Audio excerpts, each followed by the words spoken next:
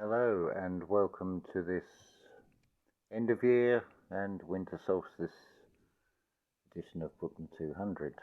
Rather than look at any particular piece of music that figures as such, in December I thought we'd look in terms of end of the year, end of a chapter, start of something new. As I speak this, I have just experienced listening to the four movements of the Ninth Symphony performed by the Berliner Philharmoniker under Simon Rattle from, I think it's 2016 roughly. It's the 2012 edition, which is now subsequently, the finale has been tweaked a little bit and musically feels better, and that's a big thank you to Dr. John A. Phillips for his due diligence and dedication to realise this monumental work and what it represents. I can only give you a personal interpretation, and what I feel in this finale,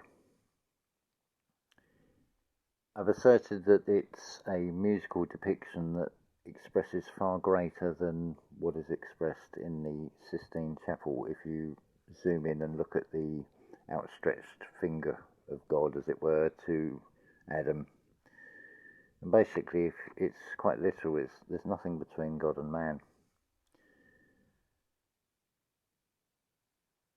You've got, to use a Rudolf Steiner explanation, you are four bodies, there's four movements. The finale is very much about a 1, 2, 3, 4 sequence. You can hear it by counting in the music.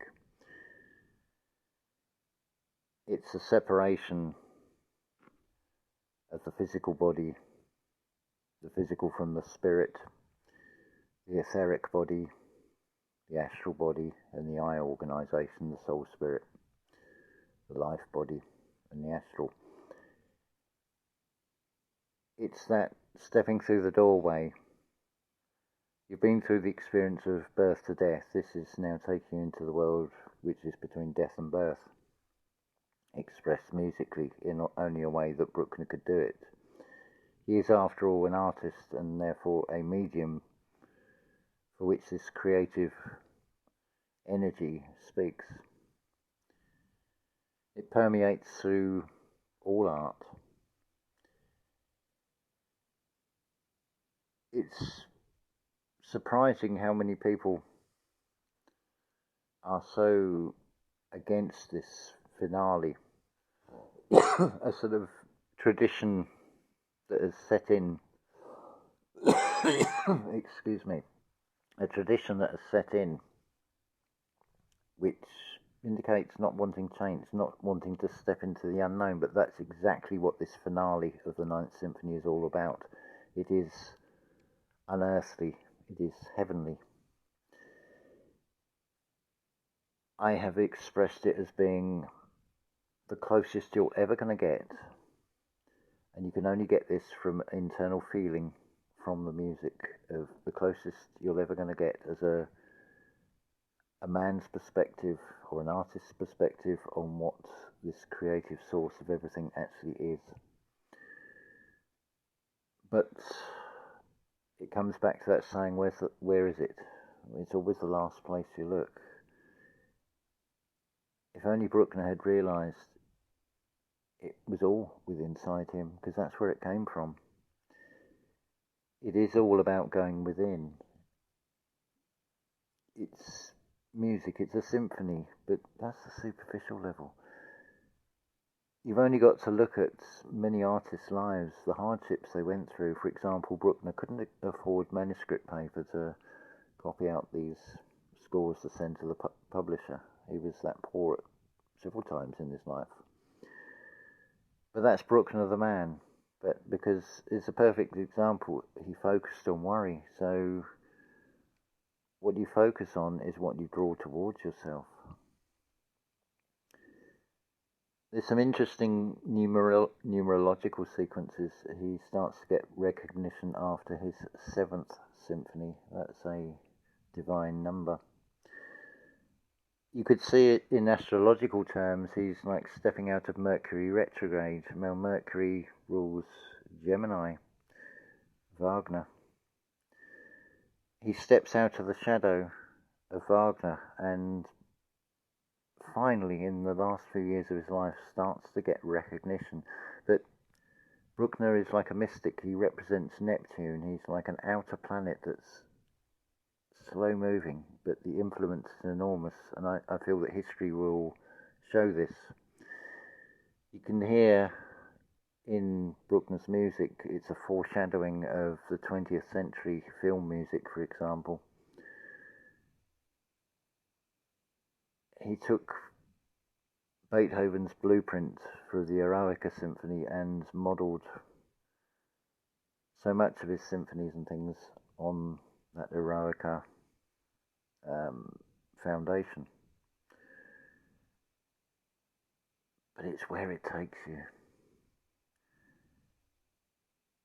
Again, the manifestation, there was a sort of superstition that's grown up about, because of Beethoven wrote 9 symphonies, that it's a superstition, but that's easily disproved. There's many composers that have written far more than 9 symphonies.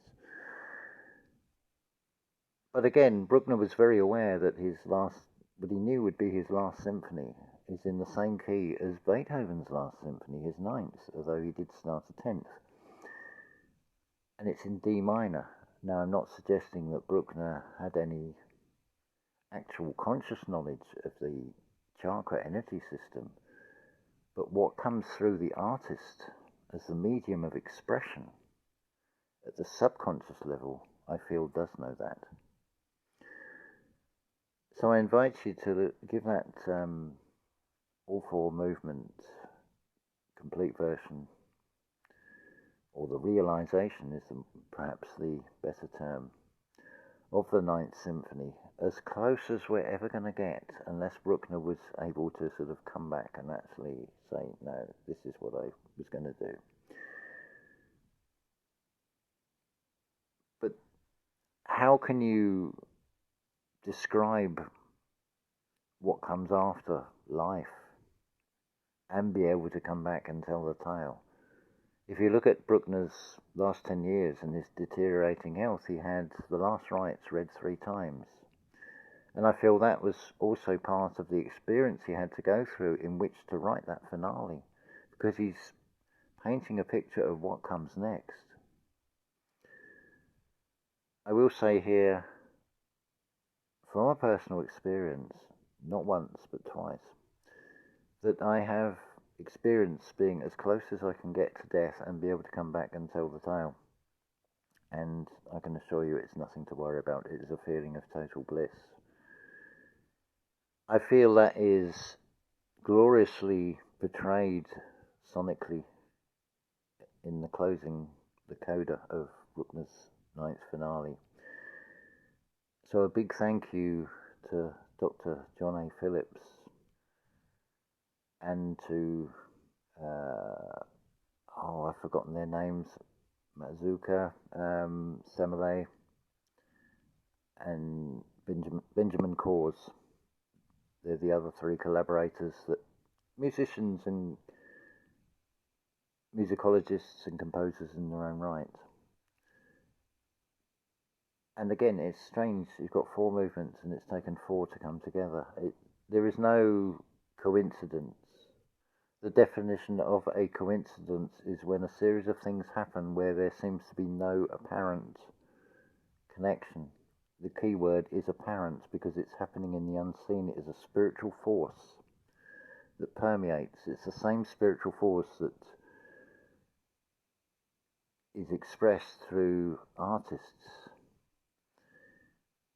giving a commentary through art on the evolution of humanity, through all its trials and tribulations, capturing the moments and expressions from the heart.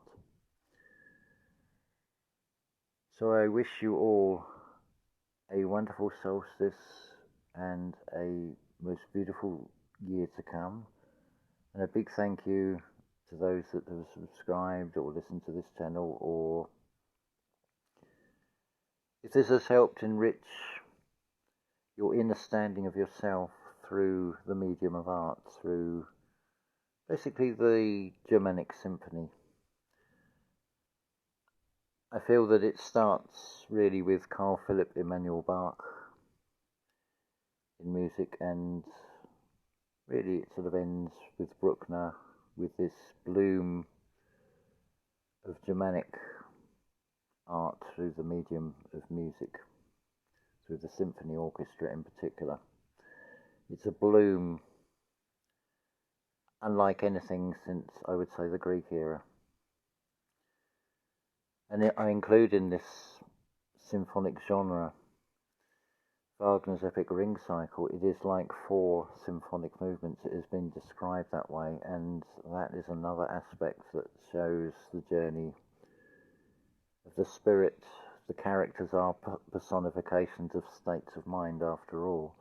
They reveal far more than they would first appear. It's when you feel that deeper meaning in all that is expressed and are able to weigh it up inside and able to sort of take something from it that it will inspire and uplift you and help you find out who you really are. That's really what art is all about. It is expression from the heart. Even the word heart has art within it. Thank you very much for listening.